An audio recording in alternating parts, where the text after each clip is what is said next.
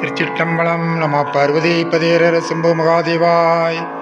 வான்மிகில் விழாது வழிய மலைவளம் சிறக்க மன்னன் கொன்மிரை செய்ய குருவிலாது உயிரில் வாழ்க. நான்மறை அரங்குகள் ஓங்குக, நிறுத்தவும் வேலி மல்க, மேன்மைகள் செய்விநிதி விளங்குக உலகமெல்லாம்.